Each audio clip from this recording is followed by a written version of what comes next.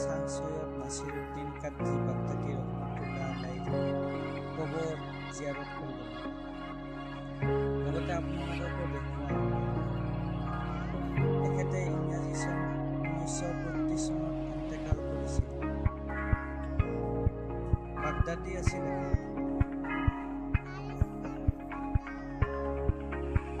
তেখেতৰ জীৱনত কোনো আশ্চৰ্যজনক ঘটনা আছে, মই পিছৰ ভিডিঅ' বনালে ক'ম বাৰু।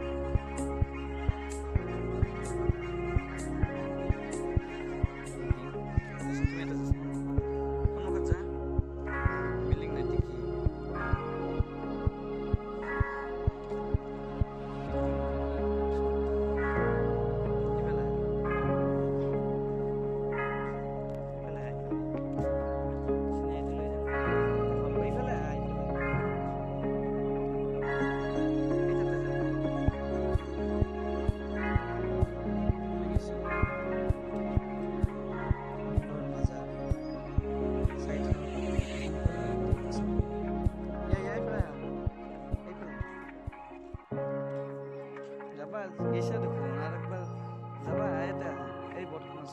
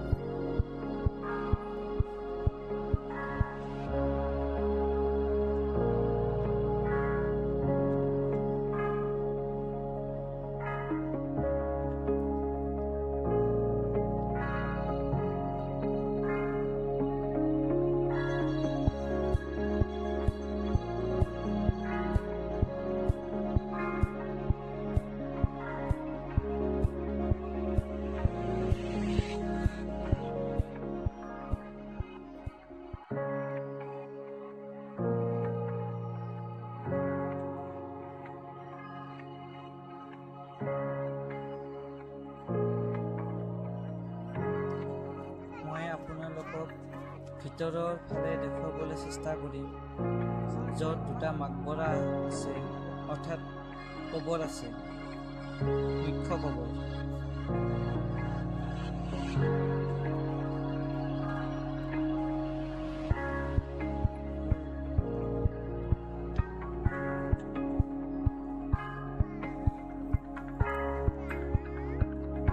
সুন্দৰ দৃশ্য, ভিতৰৰ ফালে সুন্দৰ ডিজাইন,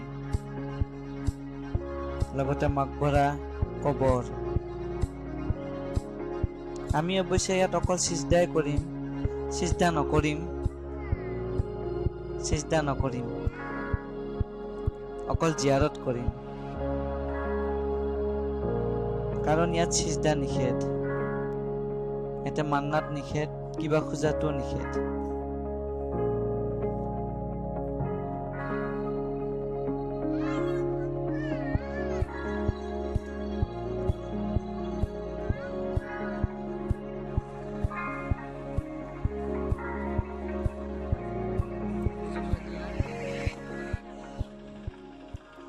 আকৌ এবাৰ কৈছোঁ, মাজাৰত চিজদা কৰা, মান্নাত খোজা নিষেধ, অকল জিয়াৰতহে হয়।